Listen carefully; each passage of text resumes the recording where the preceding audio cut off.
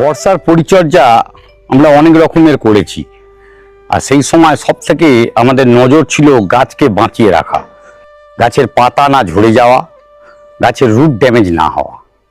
কিন্তু বর্ষায় অতিরিক্ত জল যখন কন্টিনিউয়াস বৃষ্টি হতে থাকে, আমরা যতই চেষ্টা করি আর যত ভালোই মাটি তৈরি করি না কেন, গাছের পাতায় জল পড়ে, আর অতিরিক্ত জল যখন কন্টিনিউ পড়তে থাকে, সেই পড়ে পড়ে পড়ে পড়ে একটা সময় গাছের পাতা কিন্তু একেবারে নরম হয়ে যায়। আর সাথে করেও গাছের গোড়াতে, বিশেষত বোগনভেলিয়া গাছের কথা বলছি, গাছের গোড়ায় অতিরিক্ত জল জমতে জমতে একটা সময় কিন্তু সেই জল এত পরিমাণই হয়ে থাকে, মানে 2 দিন 3 দিন হয়তো বৃষ্টি হয়েই চলেছে, কিছুক্ষণ বাদে বাদে বৃষ্টি আসছে, ঠিক এই কন্ডিশন যখন হয় সেই সময় আমরা দেখতে পাই গাছের কিন্তু একটা জিনিস দেখতে পাই, সেটা হচ্ছে গাছের পাতা ধীরে ধীরে ব্ল্যাক স্পট আসছে। আর এই ব্ল্যাক স্পট আসার পরেই আর একটা জিনিস হয়, সেটি হচ্ছে যদি কখনো 2 দিন পরে 3 দিন পরে বৃষ্টি যখন কমে যায়, রোদ্দুর ওঠে, রোদ্দুর উঠলেই দেখি গাছ ঝিমিয়ে পড়ছে। আর গাছ ঝিমিয়ে পড়ার যে কারণটা থাকে, সেই কারণটাই হচ্ছে সূর্যালোক, অতিরিক্ত তাপ। সেই তাপ আর গাছ তখন নিতে পারে না। নর্মাল গাছ রয়েছে 7 দিন 10 দিন পরে দেখবেন গাছ আবার স্টেবল, কোনো অসুবিধে নেই, জল সকালে ঝিমোচ্ছে। কিন্তু জলও রয়েছে মাটিতে, এদিকে গাছ কিন্তু ঝিমিয়েও পড়ছে। এই জিনিসটা আপনাদের আমি বেশ কিছুদিন ধরে দেখছি, অনেকেই পোস্ট করছেন গাছটা এরকম ঝিমিয়ে গেল, গাছ নষ্ট হয়ে যাচ্ছে, আর গাছটা কেন হলো এরকম। এতে যেমন ভয়ের কিছু নেই, কিন্তু কিছু প্রিকশন না নিলে আবার ভয়। সেই প্রিকশনের মধ্যে কিছু ফাঙ্গিসাইডের ব্যাপার থেকে যায় বর্ষার আগে এবং বর্ষার পরে। মানে বৃষ্টি আসছে আমরা নিম্নচাপ জেনে তাও চোখ বুজিয়ে বসে যদি থাকি, তাহলে কিন্তু এই যে কারণগুলো হওয়ার সেটা হবে, গাছ ঝিমিয়ে পড়বে। গরম পড়লে, রোদ্দুর উঠলে গাছ ঝিমোবে, কিন্তু পাতা নষ্ট হওয়ার কিছুটা হলেও বাঁচাতে পারবো। তার জন্য আমরা কিন্তু বেশ কিছু ফাঙ্গিসাইড আগেই বলেছি, সেই সব ফাঙ্গিসাইড দিলে গাছ কিন্তু ভালো হয়ে যেতে পারে। ইভেন গাছের পাতাও কিন্তু অতখানি পরিমাণে নষ্ট নাও হতে পারে। ব্যাপারটা থেকে যায় সবটাই কিন্তু রুটে। গাছ বর্ষায় যেমন আমরা খাবার দেওয়া প্রায় বন্ধই রেখেছিলাম, খাবার দিতাম না, কিছু কিছু স্টিমুল্যান্ট, বায়োস্টিমুল্যান্ট বা কিছু কিছু আপনাদের যেগুলোকে মাইক্রোনিউট্রিয়েন্টস, সেগুলো স্প্রে করা হয়েছিল, কিন্তু গাছের ওভারঅল খাবার কিন্তু সেইভাবে মাটিতে আমরা দিইনি। মাটিতে খাবার এই বর্ষার মধ্যে না দেওয়ারই কথা বলা হয়, কেন অতিরিক্ত জল গাছের মাটিতে যে আমরা চাপান সার ইউজ করি, চাপান সার বর্ষায় ইউজ করা যায় না। করলে চাপান সারের মাধ্যমে যে খাবারগুলো গাছের মাটিতে মেশে সেইগুলোতে ফাঙ্গাল অ্যাটাক হয়, আর সেই ফাঙ্গাল অ্যাটাক গাছের শেকড়কে নষ্ট করে দেয়, ফাঙ্গাস শেকড়টাকেও নষ্ট করে ফেলে, পচিয়ে দেয় বা রুট রড হয়ে যায়। রুট রড অতিরিক্ত জলের জন্যই জেনারেলি হয়। তাহলে এইবার ব্যাপার থাকছে যেটি, গাছকে তাহলে আমরা এই যে কন্ডিশন, একটা পিরিয়ড চলে গেছে, শ্রাবণ শেষ হয়ে গেছে, ভাদ্র মাস, এটা একটা ক্রুশিয়াল টাইম কিন্তু গাছের জন্য।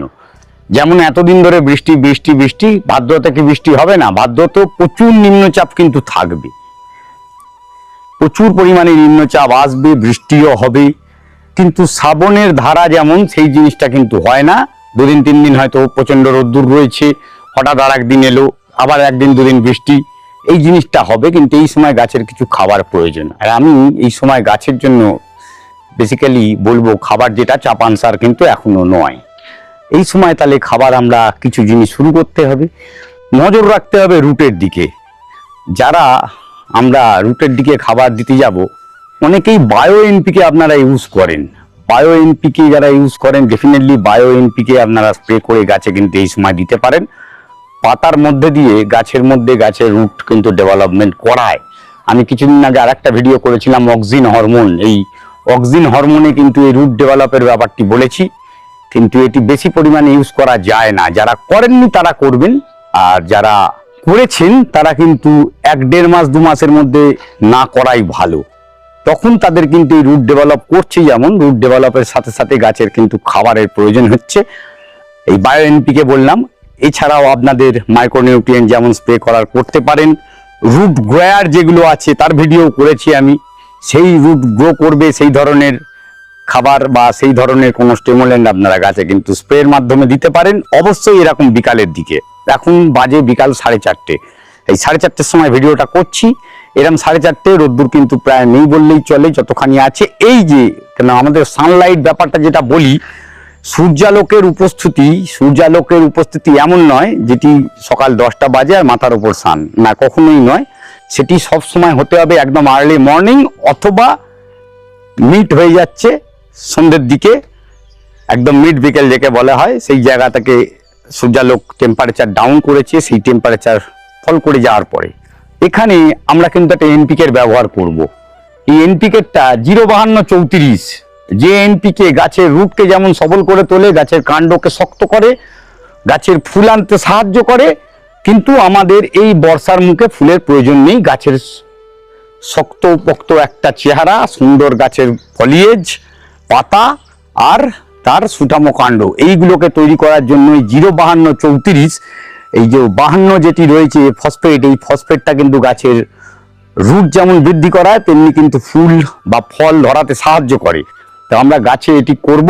আর পটাশিয়ামের একটা কাজ থাকে, গাছের সালোক সংশ্লেষের কোষ বিভাজনের মাধ্যমে যে গাছের স্টার্চ তৈরি হয়, সেগুলো কিন্তু এই পটাশিয়াম না থাকলে সেটি করতে পারে না প্রপারলি।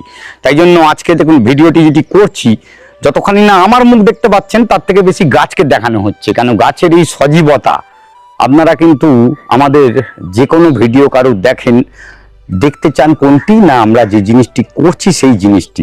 এখন দেখুন সুন্দর সুন্দর, সবচেয়ে বড় জিনিস এখন যে গাছটিতে ফোকাস রয়েছে, এই গাছের কিন্তু পাতা ঝরে গেছে, পাতা পুড়ে গেছে। এই প্রবণতা বেসিক্যালি দেখা যায় ভ্যারিগেটেড লিভের ওপর। ভ্যারিগেটেড লিভ, ডায়মন্ড লিভ, এই লিভের কিন্তু পাতা ঝরে পড়ে যায় আর স্পটেড হয়। এখানে কিন্তু খোলা মাঠের নিচে একদম ওপেন ইয়ার্ডে গাছ কিন্তু রয়েছে, জল একেবারেই জমতে পারে না, সেইভাবেই রাখা আছে। কিন্তু গাছে দেখুন একটুখানিও পাতার কোনো রকম দুর্বলতা আসেনি। তার মানে সেই জিনিসটা আমরা মেনটেন করতে প্রপারলি পেরেছি বলেই তবেই তো আসেনি। তা এটি আমরা সকলেই করতে পারি, কেন আমরা যে মিডিয়াটি ইউজ করছি, আমাকে সবসময় নজর রাখতে হবে যে মিডিয়ায় আমি জল দিলে জলটি আধ ঘন্টা ম্যাক্সিমাম মাটিতে নেওয়ার পরে সেই জলটি কিন্তু বেরিয়ে যাবে। এই নয় যে জল রাখার পরে আমি 2 ঘন্টা 3 ঘন্টা 4 ঘন্টা জল থেকেই যাচ্ছে, কিন্তু গাছের শেকড়ও সেমনি দুর্বল হচ্ছে, নরম হচ্ছে। অতিরিক্ত নরম হলে কিন্তু কখনোই কোনো গাছ সুন্দর সজীব হয়ে উঠতে পারে না। মাটিতে গাছ আলাদা জিনিস, মাটিতে বলতে আমি টবে মাটি দিয়ে বলছি না, কিন্তু মাটিতে গাছ পুরোপুরি সম্পূর্ণ আলাদা। একটি গাছ করতে গেলে আমাদের সবচেয়ে প্রথম যেমন নজর রাখতে হয় একটি মিডিয়াতে, তেমনি আমাদের নজর রাখতে হবে আরেকটি জিনিসে, সেটি হচ্ছে গাছের খাবার। খাবার আমরা অনেক রকমভাবেই দিতে পারি, ফলিয়া স্প্রের মাধ্যমেও কিন্তু গাছে খাবার দেওয়া যায়। আর মাটিতে যে চাপান সার ইউজ করা হয়, অনেকেই আমরা কেমিক্যাল ফিডিং করি, কিন্তু কেমিক্যাল ফিডিং ভালো হয় সিন্ডারে গাছ করতে। এই যে এই গাছটি যেমন সিন্ডারে রয়েছে, এই গাছে পুরোপুরি দেখতে পাচ্ছেন উপরে একেবারে সিন্ডার কিন্তু ছড়িয়ে পড়ে রয়েছে, দেখুন একেবারে পুরো সিন্ডার। এতে কিন্তু পাতা পচা তার সঙ্গে আমাদের মিশিয়েছিলাম, সেটি কিন্তু তার খাবারটা জুগিয়ে চলেছে। ইভেন আরেকটি জিনিস, সেটি হচ্ছে ময়েশ্চার অ্যাবজর্পশন, যেটি করে গাছকে পরবর্তীকালে রিটেনশনের মাধ্যমে যে গাছকে দেয়, সেই জিনিসটাও কিন্তু এই পাতা পচাটাকে দিয়ে গাছটিকে, হ্যাঁ সিন্ডার একটি ইনার্ট মিডিয়া, তার সঙ্গে কিন্তু আরেকটি জৈব পদার্থ আমরা মিশিয়ে দিয়েছি, যেটার মাধ্যমে গাছটিকে বাঁচিয়ে রাখার জন্য। অনেকেই আপনারা শুধু সিন্ডারেও গাছ করতে পারেন, ইভেন সেটা তো খুব ভালো হতে পারে, কিন্তু নজর রাখতে হবে গাছে প্রপারলি খাবার। আর সেখানে কিন্তু কেমিক্যালের একটা বিশাল বড় গুণ থেকে যায়, সেই গুণের মাধ্যমে কিন্তু গাছগুলো ভালো হয়। সিন্ডারে গাছে আরেকটি প্রবণতা দেখতে পাই আমরা, সেটি হচ্ছে খুব তাড়াতাড়ি আপনাদের ক্লোরোসিসের সম্ভাবনা। ক্লোরোসিস কিন্তু প্রচুর পরিমাণে হতে থাকে সিন্ডারে গাছ থাকতে। আরেকটি ব্যাপার, এখন গাছ অতিরিক্ত নাইট্রোজেন পাচ্ছে, এই নাইট্রোজেন পাওয়ার ফলে গাছে কিন্তু নতুন শুট আসছে। এই গাছকে আমি যদি মনে করি একটি ঝোপালো গাছ করব, তাহলে অবশ্যই আমাকে নজর রাখতে হবে এই যে ডগার জায়গা, এইগুলো পিঞ্চিং, এই যখন এখানে সব পিঞ্চিং হয়েছে, কিন্তু এখানে আবার বেশ কিছু গাছে নতুন ডগ এসে গেছে। এখানে কোনো কার্পণ্যতা কোনো রকম নয়, এই সমস্ত কচি ডাল যত কাটবেন তত কিন্তু গাছ ঝোপালো এবং গোল শেপ আনতে পারবেন। সেটি কিন্তু মেন টাইম হচ্ছে, পার্টিকুলার টাইম হচ্ছে এই বর্ষার সময়।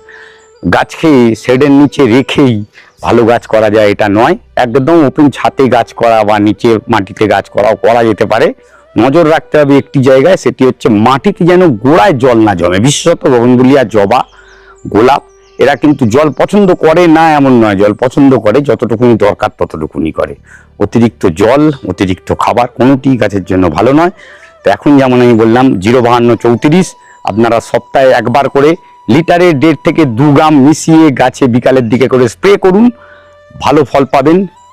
যেদিনকে স্প্রে করবেন তার 2 দিন পরে পারলে বায়োভিটা এক্স সিউইড এক্সট্রাক্ট বা বায়োভিটা গ্র্যানুয়েল যেটি রয়েছে সেটি মাটিতে দিতে পারেন, কোনো অসুবিধা নেই। চাপান সারের কাজ করবে, গাছে প্রচুর পরিমাণে আপনার এই মাইক্রোনিউট্রিয়েন্ট একটি জায়গা তৈরি করে রাখবে, গাছের খাবারের জন্য কোনো ঘাটতি হবে না। আরও একটা ব্যাপার, যদি মাইক্রোনিউট্রিয়েন্ট স্প্রে করতেই হয় তাহলে অবশ্যই নজর রাখবেন, আমাদের ক্লোরিন নিয়ে সম্পর্কে একটি আলোচনা করেছিলাম মাইক্রোনিউট্রিয়েন্টের, জলে কিন্তু মেশানোর পর সেই মেশানো জলটিকে কিভাবে ইউজ করতে হবে বা কতদিন ইন্টারভ্যালে করতে হবে, কোন সময় করতে হবে, সেগুলো নিয়ে আলোচনা করেছিলাম। আশা করি ভিডিওটি আপনাদের কাজে লাগবে। যদি কাজে লেগে থাকে অবশ্যই পাশে থাকবেন, চ্যানেলটিকে সাবস্ক্রাইব করে, লাইক করে আর কমেন্টসের মাধ্যমে জানতে পারেন আপনারা আপনাদের কোনো মতামত, আর অথবা আমাদের কাছে কিছু জানতে চাইলে অবশ্যই যোগাযোগ করুন। এই বলে ভিডিও শেষ করলাম, দেখা হবে আর একটি ভিডিওতে অমিতের সাথে, অভিজিৎ হর্টিকালচার চ্যানেলে ঠিক দুপুর 1টায়।